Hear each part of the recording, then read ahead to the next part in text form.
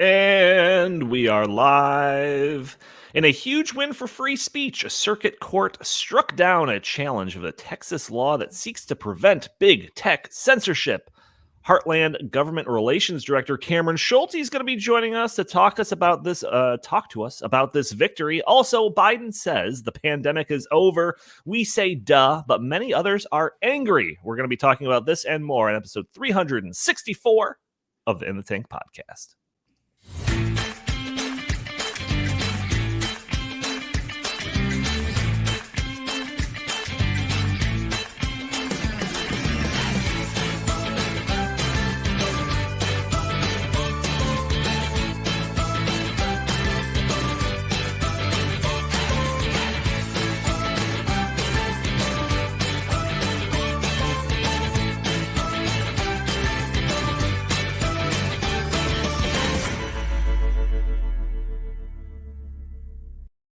All right, welcome to the In the Tank podcast. As always, I'm your host, Donald Kendal, and joining me today, we've got a full crew. We've got Jim Lakely, VP of the Heartland Institute. How are you doing today, good sir?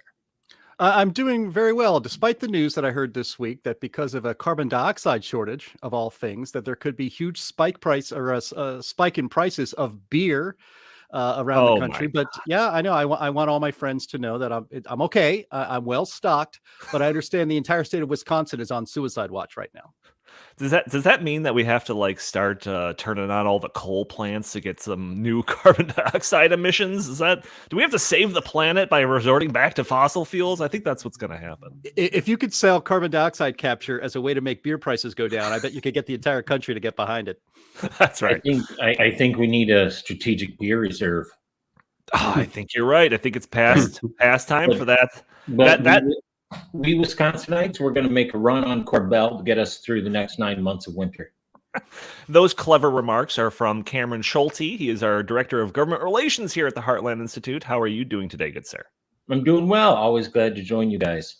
Oh, yeah. It's once in a blue moon you join us, but you always bring some interesting insights. So I'm excited to talk to you about our main topic. Also joining us, Chris Talgo, Senior Editor at the Heartland Institute. How are you today, good sir? Okay, I'm a little sad. It seems that summer's over here in the Chicagoland area, so I'm a little bummed.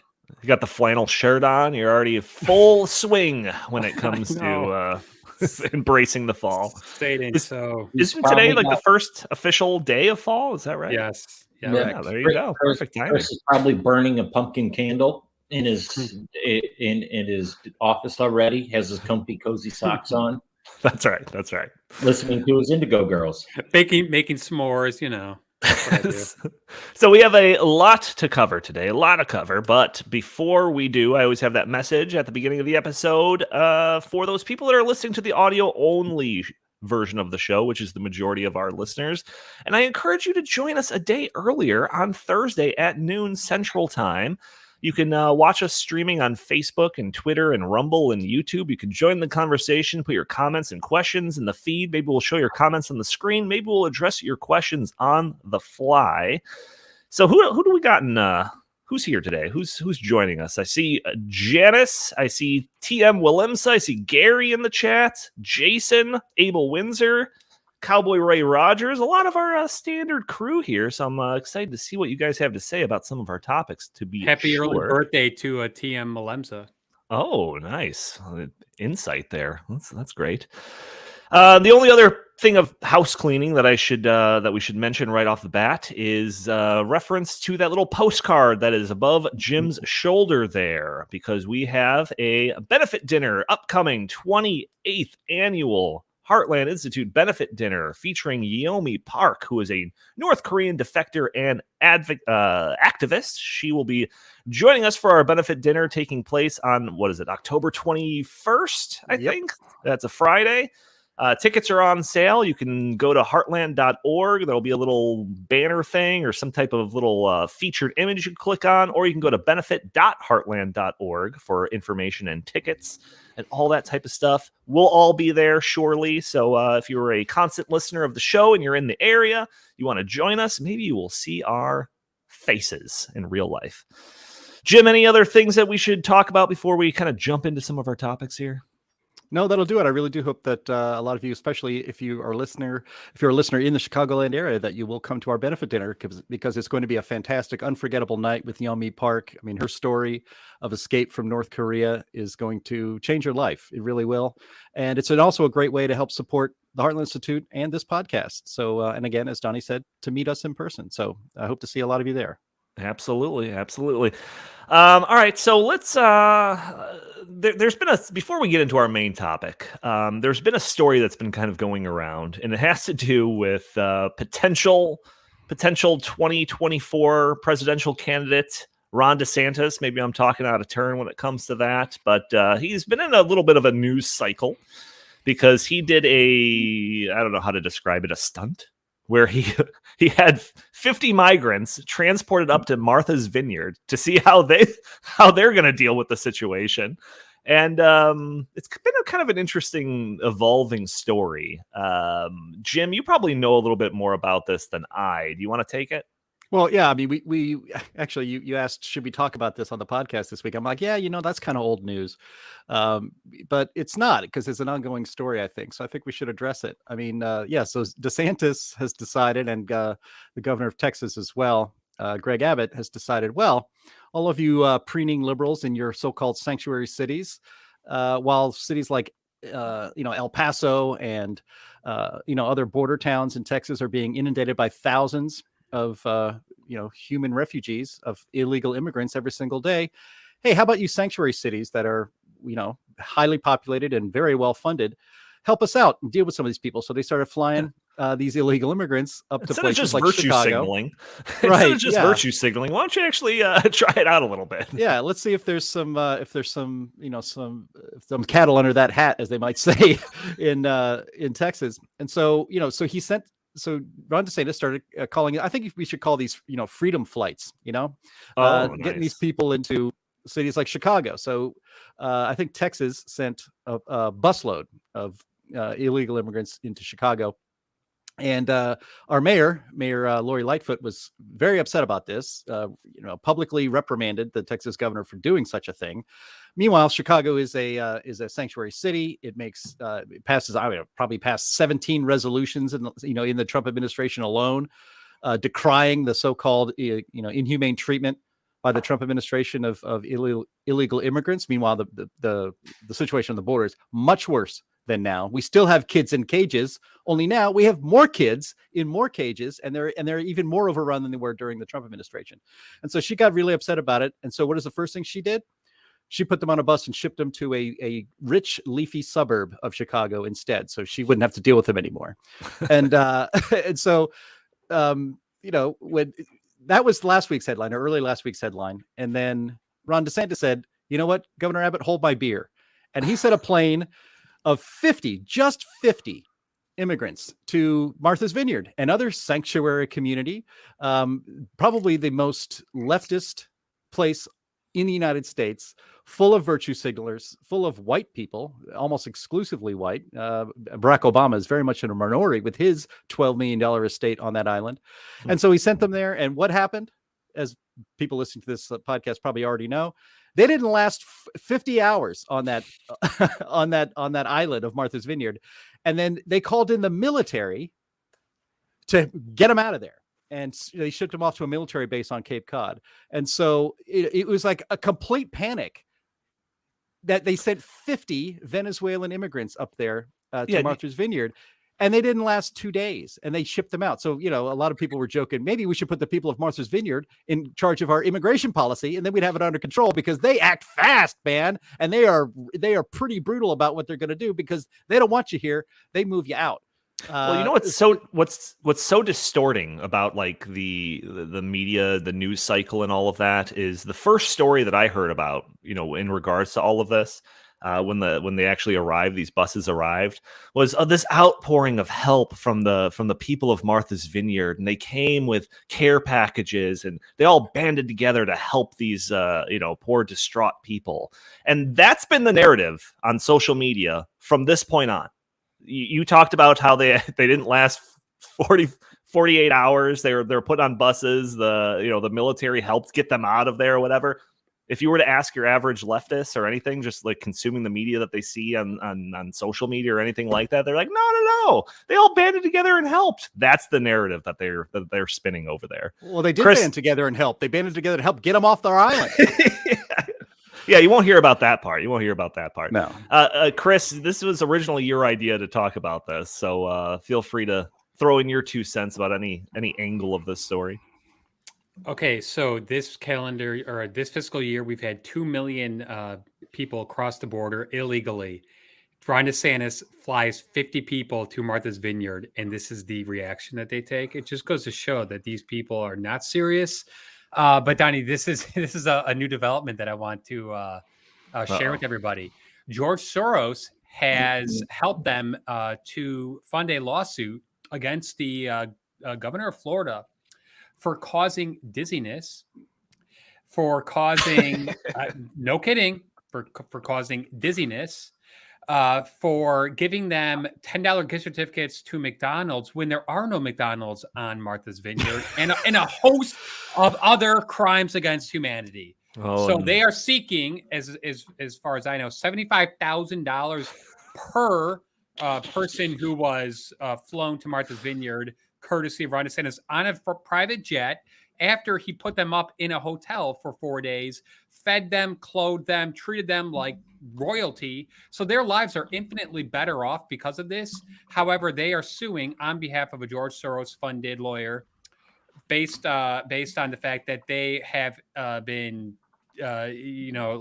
treated akin to the way that Jews were treated during oh my Nazi. God, of course that has to be No, brought up in don't- every no, every because- conversation.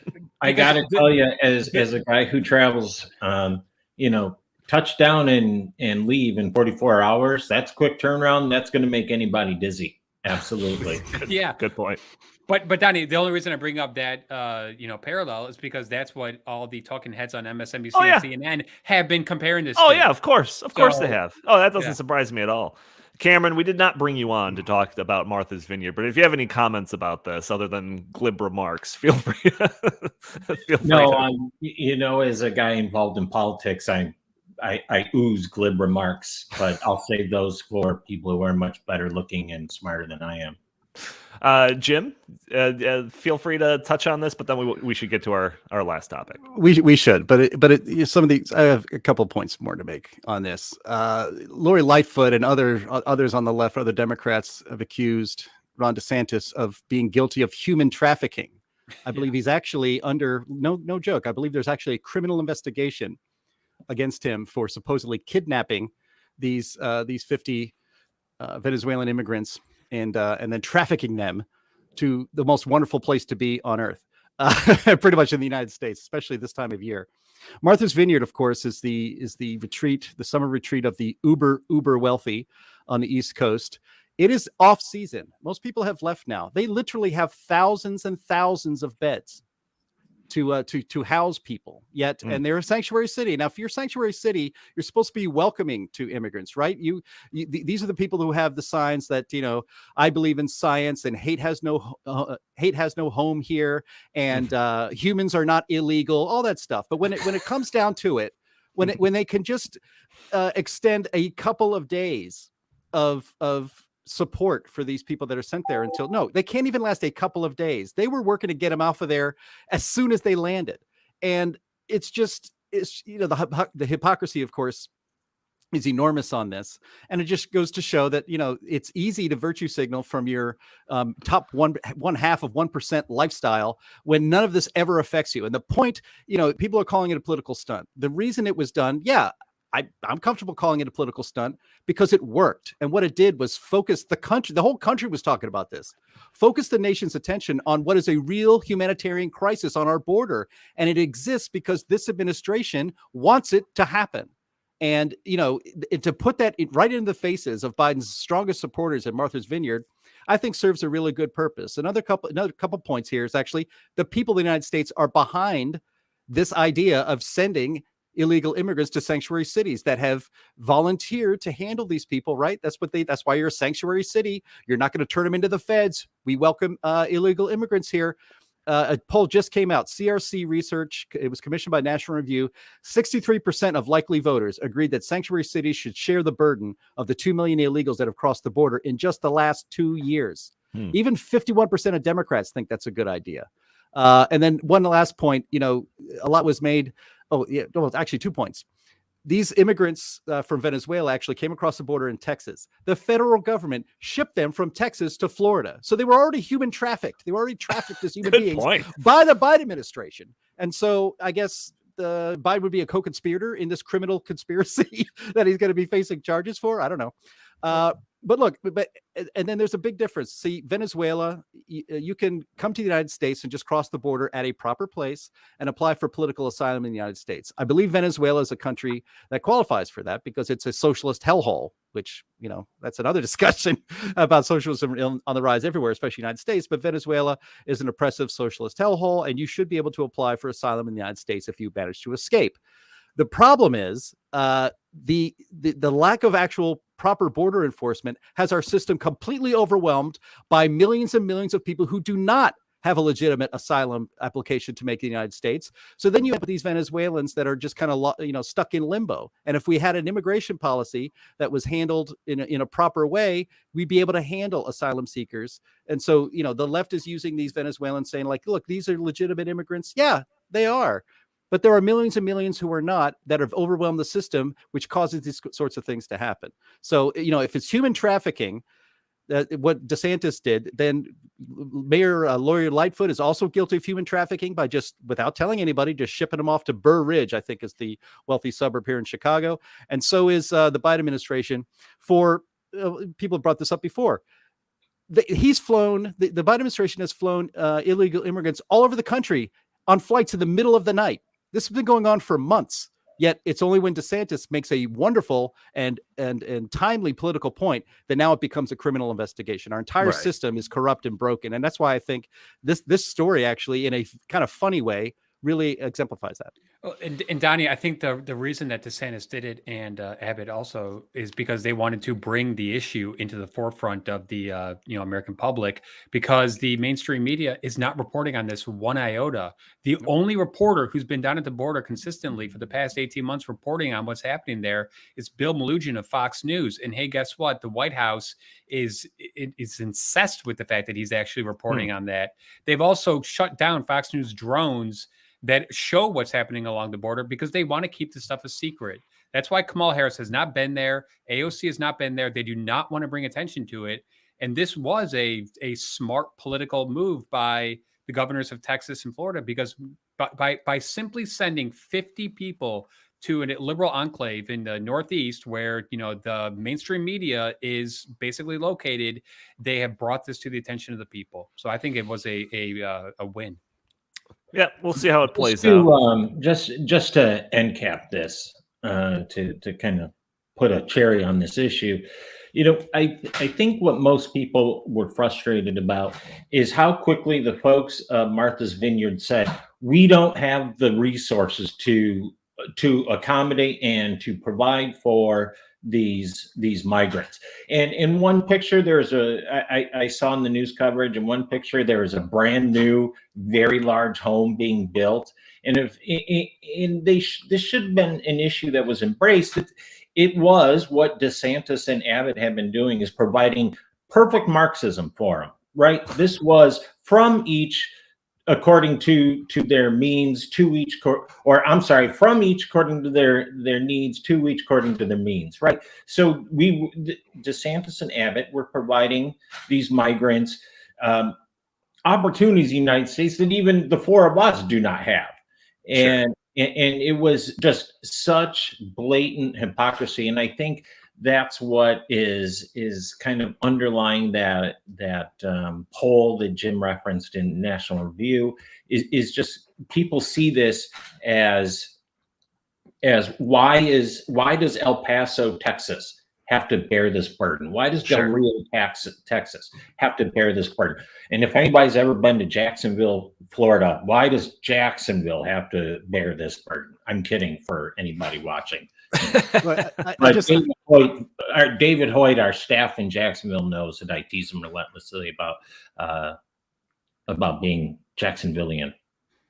I know we're going to move on. Just one last point. The reason that they were turned around as quickly as humanly possible out and gotten out of Martha's Vineyard, because every minute that they remained in Martha's Vineyard increased the danger that more would be sent. They did this so fast because there's no way they were going to handle any more than the ones that they got. And they were pretty horrified that the ones that arrived even arrived. But every minute, if they said, okay, we'll set up some cots in the community center, somebody calls Subway and get, 50 Subway sandwiches in here, we'll take care of them for the night. If they did something like that, they would be actually living up to their sanctuary city status, but also inviting more. There is no way they were ever going to put up with more. And, I hope there's another plane with 100 of them on next time and see how that goes. It's easy to virtue signal when you're not actually feeling the impact of any of the things that you're virtue signaling about. All right. We spent way too much time on that. We got to get to our main topic here. We brought Cameron on for a reason. So for those of you who are unaware, big tech censorship has been a big topic for the Heartland Institute for the past 2-3 years, maybe longer. Ever since having a kid, I have no concept of time anymore. So we have a big win to talk about today out of Texas, or at least it started in Texas. So we'll get to that. We'll definitely get to that. But I want to go back in time a little bit and set the stage for this discussion. So what started all of this? So again, going back several years, definitely kind of starting in the Trump years, I want to say, that there was a bunch of stories coming out of social media blocking, shadow banning conservatives being banned outright, YouTube channels being demonetized. I think Steven Crowder was one of the big ones of that, just based on conservative stuff that he was saying. His channels were being demonetized. Amazon refusing to sell certain books, Twitter and Facebook banning President Trump from their platforms. Reddit quarantined the Trump subreddit just because they were pro-Trump, basically. The Hunter laptop story being crushed before the election. And all of those things have nothing to do with the crackdown on anything that was counter to the corporate media's portrayal of the COVID pandemic. And there's a million different examples of that. And I mean, at this point, I feel like the evidence is so overwhelming. Like I literally made that list of things that I just listed off just based on memory. So I know that there's so many more stories that revolve around this conservative speech being censored by social media. And I kind of wonder if we can find an exhaustive list of all the examples of conservative speech being squashed by social media. I don't know if Andy in the background, you want to look for something like that. But are there any other specific examples that come to mind that I didn't mention or maybe didn't give enough attention to? Maybe in the chat, anyone can throw in their suggestions or trying to count out the examples is like trying to count the grains of sand on a Martha's Vineyard. Oh, well, that's what beach. I'm saying. There's just so many. I just wonder if there is like an exhaustive list. I'm not sure, but you should go. Our friends at the Media Research Center have a lot of that information. So mrc.org. Yeah. Everyone should go visit there. Let's see. So, like, I know I've mentioned this before, but to me, the most important repercussion of this type of thing is it's actually more like widespread than you can even imagine. I've mentioned this before, but I think it bears repeating. And that's an anecdote that we have from Chris, who pitches a lot of our op-eds here at our organization. And he has heard from friendly publications saying like, yeah, we're not going to take any of your climate change stuff. We agree with it, maybe even, but we're not going to take it because if this gets shared on our social media, then it could result in it being flagged, and that could trigger an algorithm that would reduce the reach of all of our media that's on social media, that would affect our website and all of that stuff. So this chilling effect that's being caused by social media is more widespread and might be having effects on content that you didn't even know existed. So, I mean, it kind of shows the importance of not relying on social media for news and information. Sorry, this is a little side tangent, but it illustrates just how important it is to go regularly to sites like heartland.org or heartlanddailynews.com or climaterealism.com or anything like that. So anyways, all of this caused this big debate to go on about social media and their role when it comes to censoring things. So this whipped up quite a debate, like I said, not just in general, but specifically on like the broader like right side of the aisle. So you had plenty of conservatives that were mad that this was happening, calling it unfair, some abuse of power, demanding something be done to balance the scales. However, there's plenty of libertarian and limited government types who reacted to these stories by saying, well, it's a private company. They can do whatever they want. If you don't like it, build your own social media company. And it's also worth noting that when conservatives did create their own social media company, Amazon, Apple, and Google nuked it from space. That's a side point. And then we even had a guy from Cato. Was it Cato? We had a guy on from Cato who was brought on to like the censorship governance board and he was brought on basically to give the illusion that Facebook was being fair in its censoring ways. So I feel like we were one of the first national think tanks that really identified this as a problem and like took a stance like rigidly against it. Jim, you're our communications guy. Am I speaking out of turn there? Am I giving us too much credit? No, I think that's right. I mean, we were one of the charter members of, I mentioned the Media Research Center before. They put together a free speech alliance, and we were one of the charter members of that organization. We were talking to them as they were thinking of forming it. I think it was back, was it 3 years ago now? Because we started to see, even before the censorship of right-leaning viewpoints being censored on social media was even really a thing. And of course, it all related to the 2020 election. And actually, everything goes back to Trump being elected, because the social media companies will never forgive themselves for allowing Trump to be, for allowing the people of the United States to select Donald Trump as their president. They will never forgive themselves for that, because they think they didn't do enough to stop this fascist from taking power in the White House. And they're just all, so they've never really gotten over that. And that's really the underlying emotional, being on the left means always being in close touch to your emotions. And they've never really gotten over that emotional hurt that they had from letting Trump be elected president. And so, but we saw huge drops in our ability or our reach on Facebook many years ago, about the time yet again of another election season. This was actually it was in the 2016 election. We were nice and we were hopping along with our impact and reach and stuff on Facebook. I still have the chart on the side of on the wall here in my office, and then it just dropped off a cliff about 3 weeks before the election. So this has been going on for a long time. We actually shared that chart with our friends at Media Research Center, and that's kind of helped get the ball rolling, because people wanted evidence of this happening. And we just looked it up and said, yeah, it's been weird. And it's funny, but this is all just intensified. And, what's great is that, this is where I'll just hand it off to Cameron, I think, is that the Heartland Institute, we are a think tank that works a lot with state legislators. We are a national think tank, but kind of for the 38 years we've been in existence, we've really focused on kind of being staff support for your local and your state legislature. And we started working with them and telling them, people think that big tech censorship is too big. We can't do anything about it. I'm just a state legislator in Kansas or Texas or Florida. What can I do to fight Facebook and Twitter suppressing the speech of my constituents? Well, Cameron Sholty and our government relations department said there's actually a lot you can do. Ain't that right, Cameron? There is. Thanks.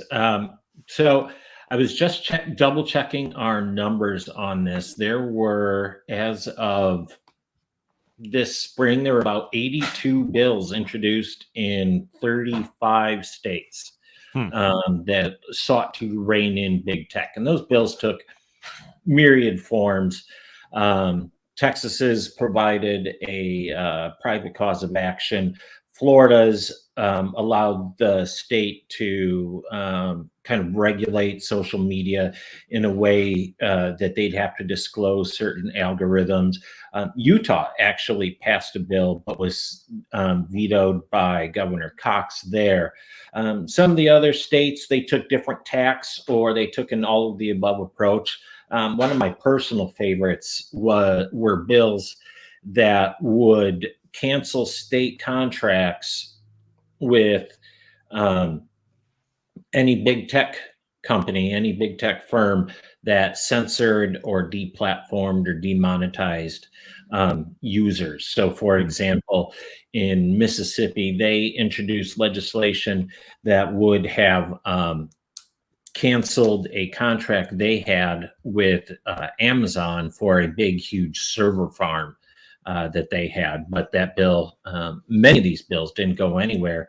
Well, I won't say they didn't go anywhere, but what happened was a lot of the wind was taken out of the sails by this was a lot of the wind was taken out of the sails by the litigation surrounding the Florida legislation and the Texas legislation. Texas legislation is now colloquially known as HB 20. If you mention it to a lawyer, HB 20, or Net Choice v. Paxton, whom Net Choice being the trade association or the trade group for the big tech firms, Twitter, Amazon, Facebook, Instagram, you name it. So yeah, that's kind of sets the stage, as it were, for what was going on out in the States and what we were seeing. We found ourselves basically crisscrossing the country, Samantha in my shop, myself, James Taylor, the president, crisscrossing the country, chasing Net Choice and Net Choice chasing us, testifying to legislators. And what's interesting, I just pulled up some of my notes. This is what my notes when I testify on a bill look like. This is how you have to stay on top of this. This is how the issue can evolve in the 2 hours that you'll have a committee hearing. And so you're scribbling notes, trying to keep track of all the crazy things that big tech will say to convince a legislator to not work on this issue or to not pass their bills. And there were nuggets. You would get lobbyists for big tech that would basically come out and say, and one comes to mind in Michigan, working on a bill that would have reined in big tech. It was very, very similar to Texas's legislation. You basically had the lobbyist for big tech come out and say, yeah, we can take down whatever we want. The Section 230, the law that Congress gave us that kind of oversees us, we can take anything we want down for whatever reason we so choose, because Section 230 says if it's lewd, lascivious, filthy, excessively violent, harassing, or otherwise objectionable, we can censor it. And so built into their terms of service and their community standards, basically anything that's conservative has been deemed otherwise objectionable. Right. Yeah, and I want to get specifically into like the Texas law and how it was challenged and what the result of that was. But Chris, I mean, I know that you watch the mainstream media so that we don't have to, and you watch the CNNs and the MSNBCs of the world and Fox and left or right, whatever you consume. When this debate was kind of raging at its height, what was the argument in favor of like big tech being these arbiters that could censor at any type of whim? Because it seems to me, at least in the things that I read, and generally, again, that's kind of from the right side of the aisle, that it's always like, oh, no, free speech. They could do whatever they want. They're protected by free speech. They're a private company. They could do whatever they want. They can censor anything. Is that what like the CNNs and the MSNBCs of the world were saying too? Do you recall? Yeah, they definitely are. Like Joe Scarborough and the CNNs of the world do argue, well, they're a private company, so they can do whatever they want. And if you don't, abide by their rules of service, well, then too bad for you. They can cancel you. But I also think that they did take a stance that, well, what these conservative people are saying, whether it's about the election or about the vaccine or about lockdowns or school closures or whatever over the past few years, well, that should be censored. They claimed. So right. They were constantly in agreement with what Facebook or Twitter or Instagram or whomever was censoring, because it happened to align with their philosophy and their ideology. So they wanted to have it both ways. Yeah, no, of course. Yeah, that doesn't surprise me. So Cameron, this lawsuit that we're going to talk about kind of centers around specifically the Texas law.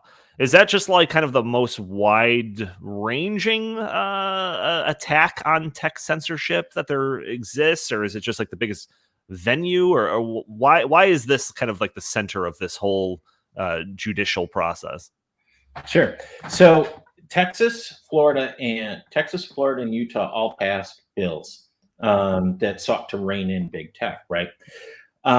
Florida's was immediately sued and enjoined by a federal district court, but Net Choice sued to stop that. Utah's bill was vetoed by their governor, citing constitutional concerns. And then when Texas passed theirs, Net Choice also sued to stop that. And Texas's law, HB 20, was then enjoined by the district court there. AG Paxton then appealed the injunction to the Fifth Circuit in New Orleans. And the Fifth Circuit said, yeah, no, this bill's good, this law is good, and we're going to lift the injunction. We're going to lift the stay. Net Choice then appealed straight up to the Supreme Court of the United States, where the Supreme Court basically lifted the stay and said, no, the bill cannot go into effect pending resolution of lower courts. So then last week, Friday, a week ago tomorrow, the Fifth Circuit in New Orleans lifted that stay and issued a 150-ish page opinion, basically eviscerating Net Choice's legal arguments that they have a First Amendment right to censor.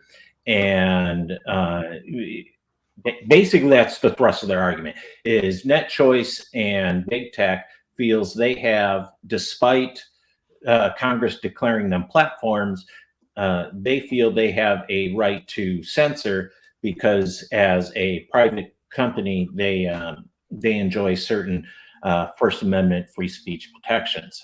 We filed an amicus brief in that, actually, as a matter of fact, and the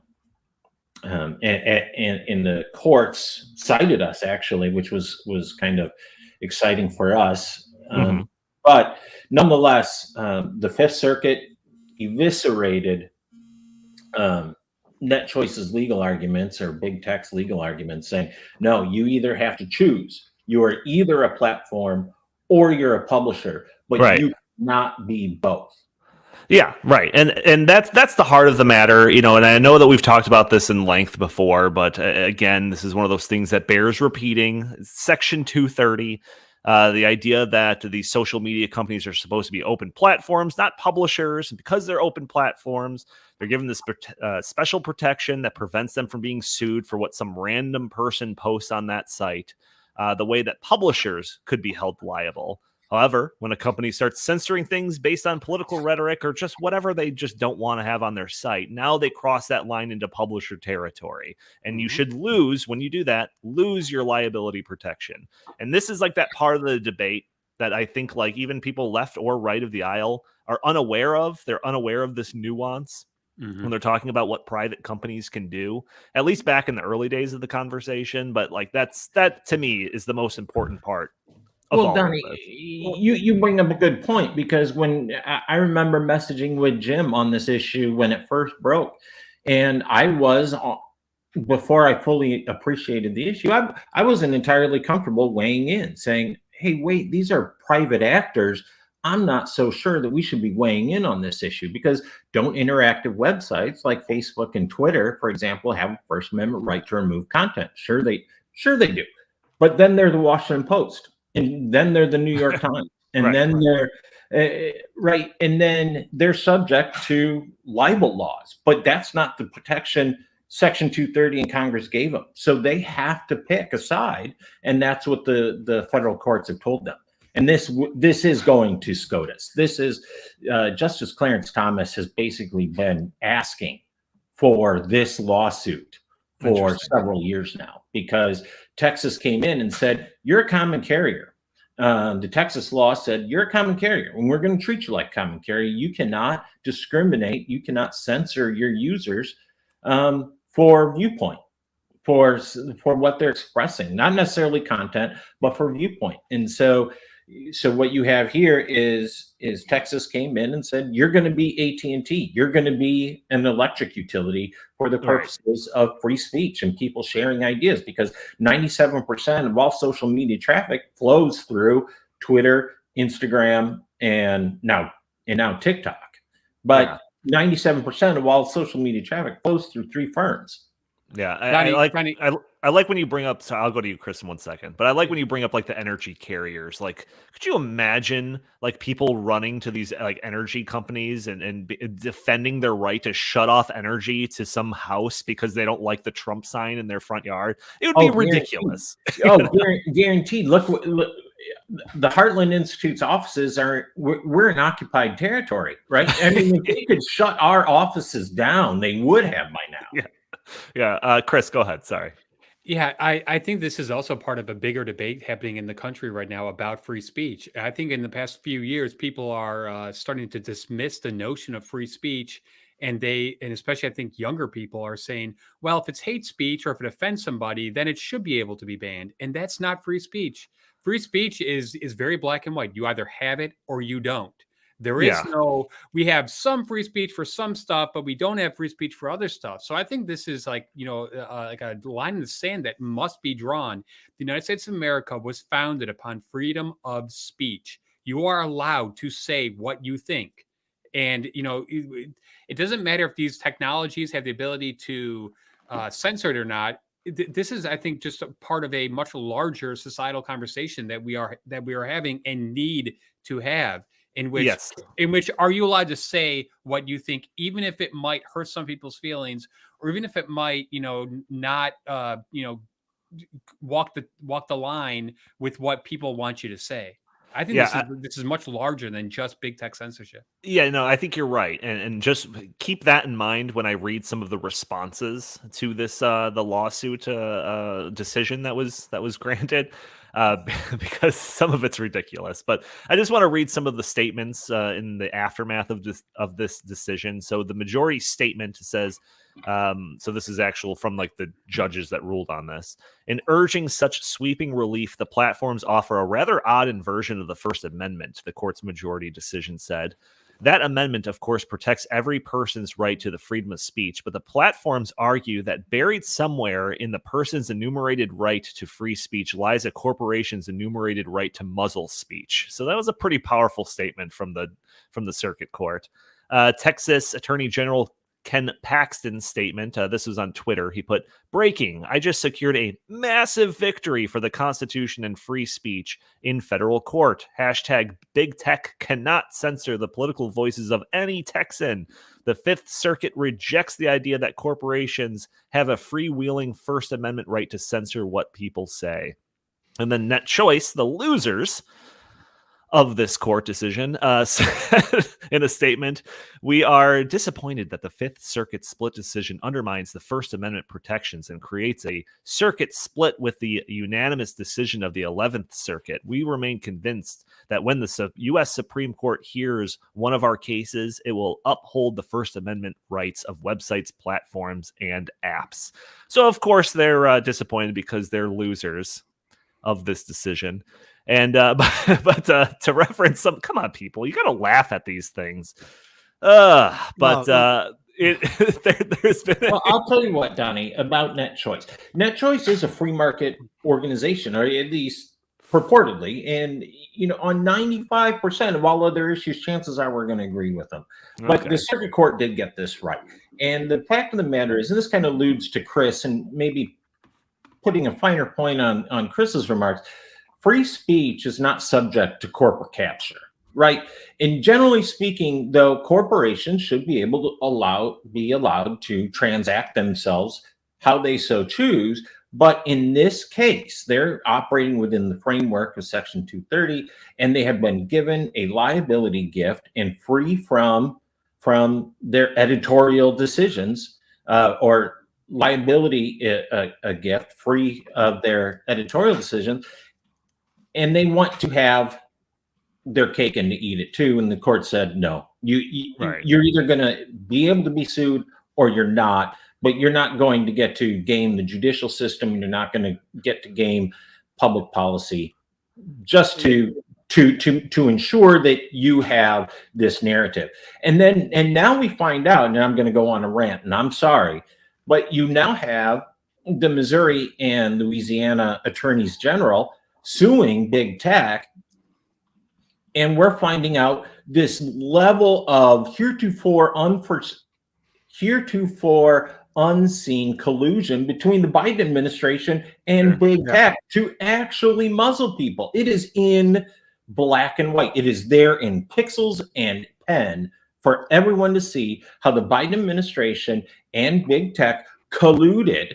And that only just further bolsters our point and will probably actually put wind back in the sails where I think you're going to see the wings of big tech clipped by state lawmakers all over the country.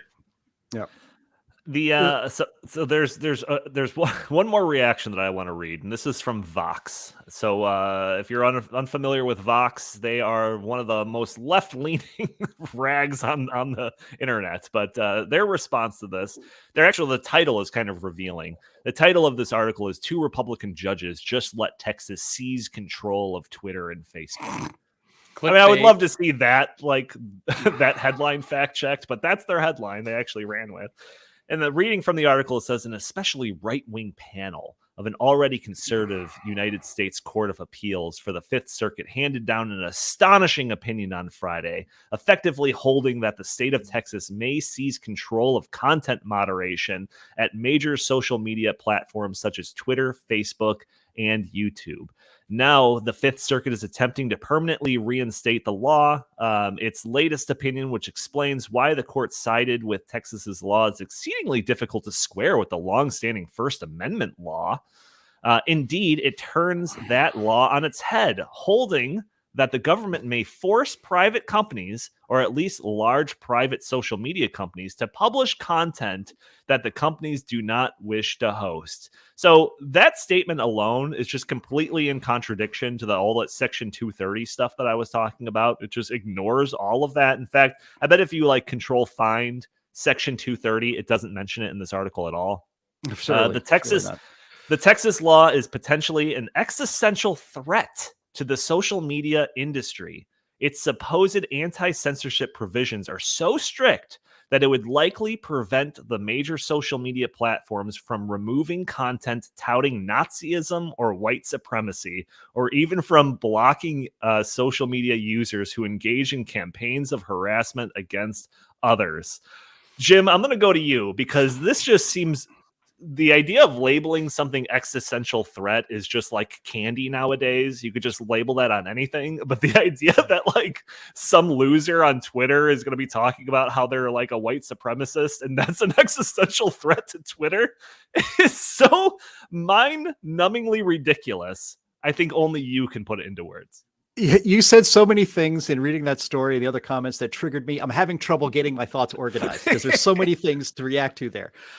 First of all, none of this would be happening to our social media giants if they adhered to two words in Section 230 of the Communications Decency Act. Those two words are good faith.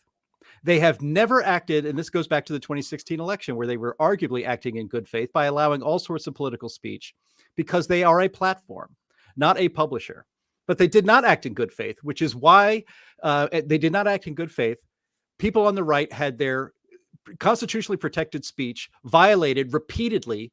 And as Cameron mentioned, with the coordination of government actors, when a private company acts in direct coordination with a government agency, like say the CDC or Fauci or the White House, they are actually then government actors. So they are actually violating the First Amendment as a private entity because they're working in concert with a government agency. So that's first off.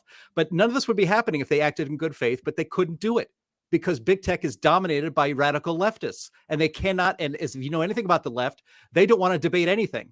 They just want to order what's truth and ban what they consider not truth, which is anything that opposes them and their agenda.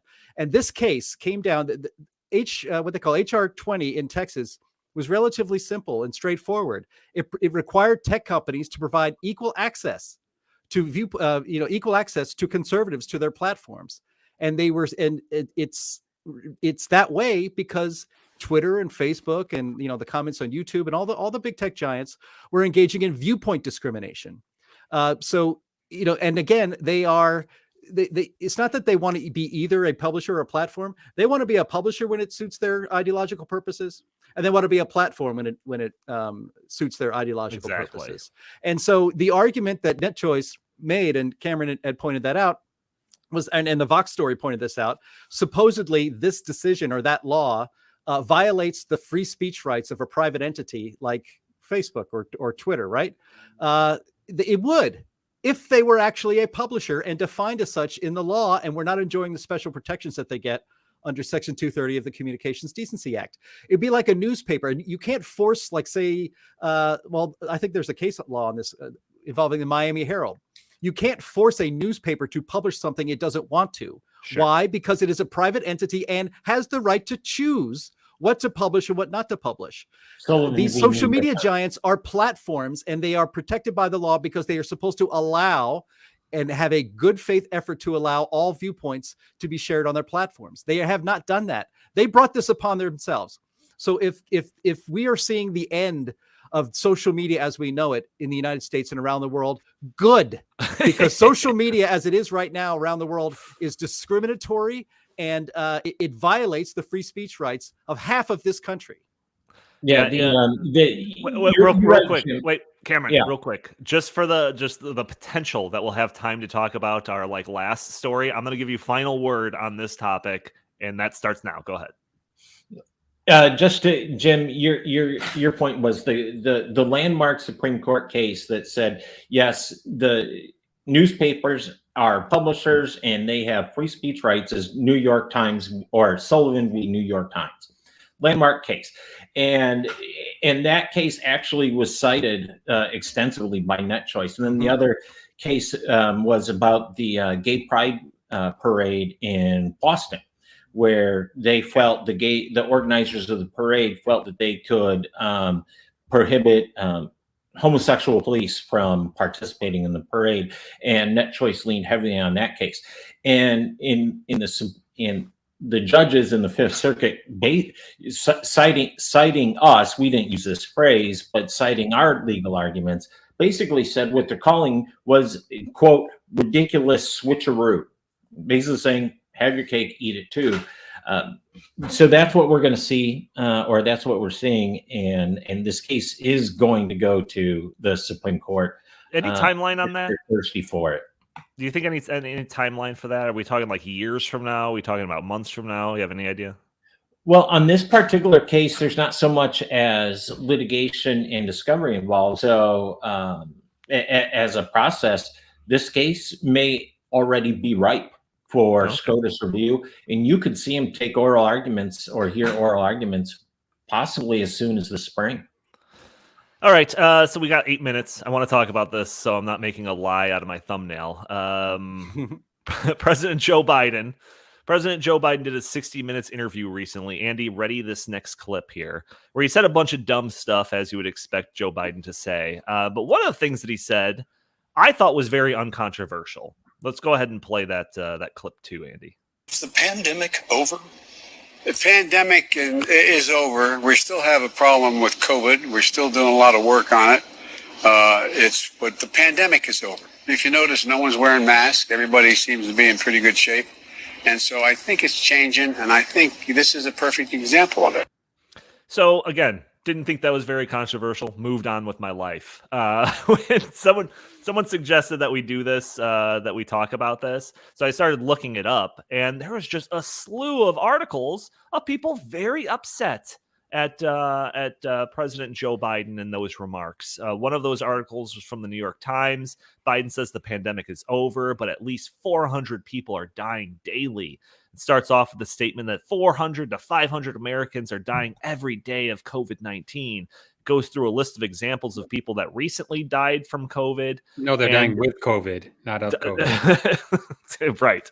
It also says, to begin with, the president does not have the authority to announce the end of a pandemic. The World Health Organization, an arm of the United Nations, designated the coronavirus outbreak a pandemic in 2020. If anyone is responsible for declaring an end, experts say it should be the organization and its director general, Dr. Tedros, whatever his name is. They were very personally insulted, the New York Times seemed to be, by President Joe Biden's statement that the pandemic is over. Chris, I shortchanged you at the end of the last topic, so I'll give you first swing on this issue.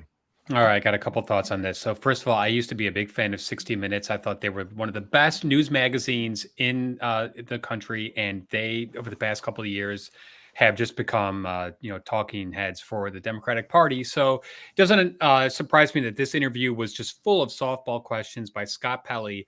But Donnie, I think we also need to understand that Joe Biden has a tendency to say something, and then minutes, if not sometimes minutes, hours and days later, the White House walks them back. So this did not surprise me that much. But as Cameron brought up earlier in our conversation, Joe Biden is walking a fine line because many of his policies, whether it's still masking kids in Head Start or the student loan forgiveness, scheme, is based on the pandemic still being in place. So on one hand, he's saying the pandemic's over, but then a lot of his, executive departments are saying, no, Mr. President, it's not over, because we would lose a lot of power if the pandemic were to come to an end. A lot of governors, too, are still claiming that the pandemic is not over because it allows them to wield their executive, emergency powers as long as they want. So, I think most American people do think that the pandemic is over. However, like I tell you, Donnie, this morning when I was, getting ready for work, I see kids walking around with masks on outside while they're getting ready for the bus. So I still think that a lot of people are not, are not on board with the pandemic being over because they're getting such mixed messages. And this is just another example of it. Biden says it's over on 60 Minutes. And then, the next day, Dr. Fauci comes out and says, no, it's not over. Karine Jean-Pierre comes out and says, no, it's not over. So the American people are confused. Yeah, Jim, what do you think? Because we can go through all the different agencies, all the different governors, all the different government structures or media, and all the skin that they have in the game for perpetuating this idea that the pandemic isn't over and that it's going to go on forever. But why would Biden say that then? What do you think, Jim?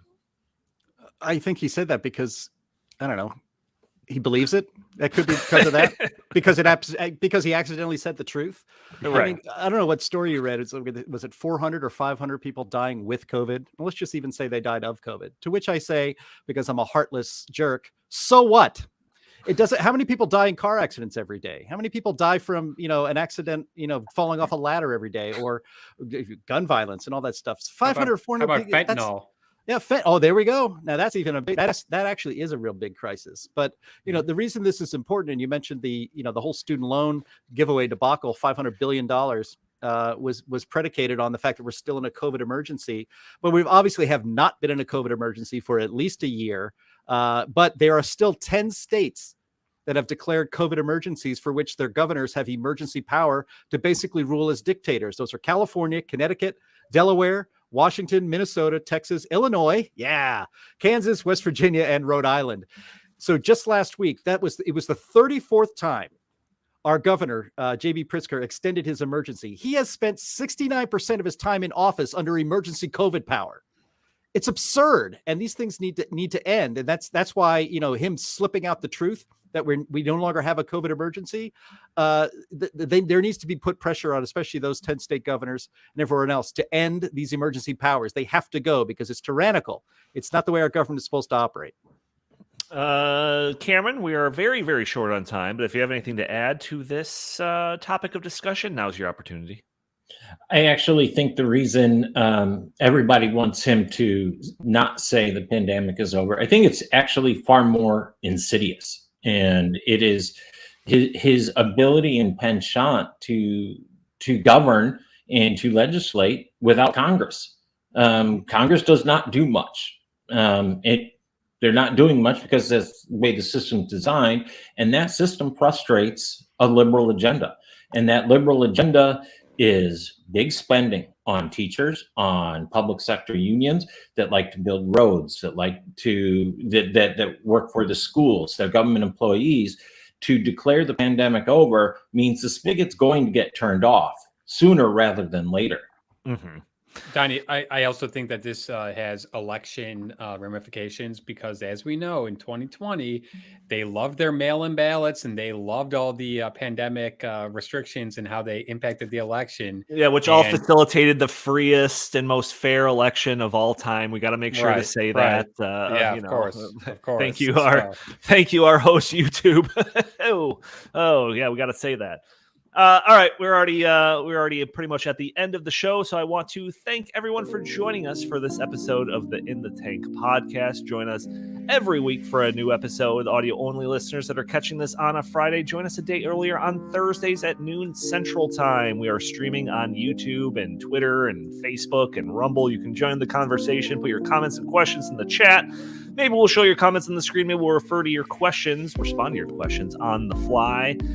Please hit that subscribe button, hit that share button on this content, leave a comment underneath the video if you're watching on YouTube. All of these things help break through those big tech algorithms that prevent content like this from being shown to more people. If you would like, you could follow us on Twitter at InTheTankPod. If you have any comments, questions, or suggestions for the show, feel free to email us at inthethankpodcast@gmail.com. Jim Lakely, where can the fine people find you? At Jay Lakely on soon-to-be-freer Twitter, at Heartland on Twitter, and always visit heartland.org. And Cameron Sholty, where can the fine people find work from you in government relations and the like?